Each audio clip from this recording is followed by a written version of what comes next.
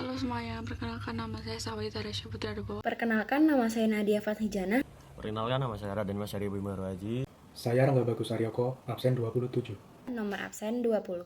Absen 29. Absen 30 dari kelas 11 MIPA 2. Pengertian psikotropika menurut ahli dan UUD. Menurut ahli, yaitu SmithKline, seorang apoteker, mengatakan bahwa pengertian dari psikotropika adalah zat-zat atau obat yang dapat mengakibatkan ketidaksadaran atau pembiusan, dikarenakan zat tersebut bekerja dengan memengaruhi sistem saraf sentral. Sedangkan menurut UUD nomor 5 tahun 1997 tentang psikotropika merupakan suatu zat atau obat baik alamiah maupun sintesis yang tidak termasuk ke dalam golongan narkotika, yang berkhasiat psikoaktif melalui pengaruh selektif pada surunan saraf pusat yang menyebabkan perubahan aktivitas mental dan perilaku. Berikut adalah jenis dan golongan narkotika. Yang pertama, berikut golongan narkotika yang diatur dalam pasal 6 Undang-Undang nomor 35 tahun 2009 tentang narkotika. Yang pertama ada narkotika golongan pertama. Golongan narkotika ini hanya dapat digunakan untuk tujuan pengembangan ilmu pengetahuan dan tidak digunakan dalam terapi. Contohnya heroin, kokain, daun kokain, dan lain-lain. Yang kedua ada golongan 2. Golongan narkotika ini berkhasiat untuk pengobatan namun digunakan sebagai pilihan terakhir selain itu. Contohnya morfin, petidin, fentanyl, dan metadon. Yang ketiga ada narkotika golongan 3. Golongan narkotika ini berkhasiat untuk pengobatan dan banyak digunakan dalam terapi atau tujuan pengembangan ilmu pengetahuan. Contohnya ada kokain, buprenorfin, dan lain-lain. Yang terakhir itu ada narkotika golongan keempat. Golongan narkotika ini memang memiliki resiko kecanduan yang kecil dibanding dengan yang lain. Contohnya Lexotan, pil koplo, dan lain-lain. Dampak positif dan negatif serta dosisnya dalam kesehatan. Manfaat psikotropika secara medis dan hukum. Obat-obatan psikotropika hanya boleh digunakan sesuai resep pengawasan dokter ahli. Obat-obatan tersebut biasanya digunakan untuk penyakit tertentu, contohnya gangguan mental, kejang, penyakit Parkinson, gangguan tidur, kelelahan kronis, dan obat bius atau anestesi.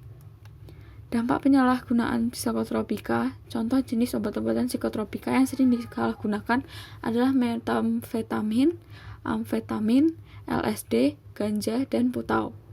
Jika disalahgunakan, justru bisa menimbulkan efek samping yang berat, misalnya gangguan fungsi otak dan jantung, rasa kantuk yang berat, koma, mual, kerusakan ginjal, overdosis, hingga meninggal. Menyalahgunakan obat psikotropika tidak hanya berbahaya bagi kesehatan tubuh, namun juga bisa menimbulkan sanksi pidana. Orang yang terbukti menggunakan, mengedarkan, atau menghasilkan obat-obatan psikotropika secara ilegal bisa dikenakan sanksi dan hukuman sesuai dengan perundang-undangan di Indonesia. Dampak psikotropika, narkoba, dan zat adiktif ke dalam sistem syaraf. Penyalahgunaan zat-zat terlarang secara berlebihan memiliki pengaruh terhadap kerja sistem syaraf, yaitu yang pertama, gangguan saraf sensor. Gangguan ini menyebabkan rasa kebas dan penglihatan buram hingga bisa menyebabkan kebutaan. Yang kedua, gangguan saraf otonom. Gangguan ini menyebabkan gerakan yang tidak dikehendaki melalui gerakan motorik, sehingga orang yang dalam keadaan mabuk bisa melakukan apa saja di luar kesadarannya. Yang ketiga, gangguan saraf motorik. Gerakan ini tanpa koordinasi dengan sistem motoriknya. Contohnya, seperti kepala yang bergoyang-goyang sendiri, gerakannya baru berhenti jika pengaruh narkobanya hilang. Yang keempat, gangguan saraf vegetatif. Hal ini terkait dengan bahasa yang keluar di luar kesadaran. Tak hanya itu, efek pada otak bisa menimbulkan rasa takut dan kurang percaya diri jika tidak menggunakannya. Jumlah tersangka kasus narkotika yang berhasil ditangkap oleh BNN dan Polri yaitu Tahun 2017 terdapat 46.537 kasus narkotika yang berhasil ditangkap oleh Polri dan BNN. Di tahun 2018 terdapat 43.320 dan tahun 2019 terdapat 42.649 kasus. Pada tahun 2017, BNN berhasil mengidentifikasi 99 jaringan sindikat narkoba. Dan pada tahun 2018 terdapat 83 jaringan sindikat narkoba, sedangkan pada tahun 2019 terdapat 98 jaringan sindikat narkoba, dan 84 diantaranya berhasil diungkap oleh BNN. Banyak sekali kasus-kasus penyalahgunaan narkoba yang pernah terjadi di Indonesia, antara lain Tahun 2017, Ridho Roma ditangkap di sebuah hotel di Jakarta Barat dengan barang bukti sabu sebesar 0,7 gram. Pada tahun 2018, dua bandar narkoba diamankan saat melintasi perbatasan Sagumon Sangau di Kalimantan Barat. Mereka membawa 2.036 gram sabu dan 30.151 butir pil ekstasi dari kota Kuching, Malaysia menuju Indonesia. Tahun 2019, terjadi pengungkapan pil PCC sebanyak 1,65 juta butir di Tasikmalaya, Kebumen, dan Cilacap dengan kedok pabrik sumpit. Dan di wilayah Bogor, Jawa Barat, di mana ganja sebanyak 715,69 kg telah dibawa seorang tersangka menggunakan mobil truk box yang telah dimodifikasi. angka prevalensi memakai narkoba selama 1 tahun terakhir menurut tingkat pendidikan dan jenis kelamin.